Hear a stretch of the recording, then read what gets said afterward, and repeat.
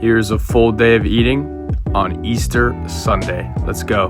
Broke the fast with this bowl of pineapple and honey. Then it was into the first meal, which consisted of 6 eggs and 1 egg white, frozen mango, and a bowl of frozen blueberries was on deck. Next, some lamb. Did not have 2 plates of this, but this was delicious. Broiled. 6 eggs, kiwi, couple of dates. Finish it off. Raw chocolate milkshake.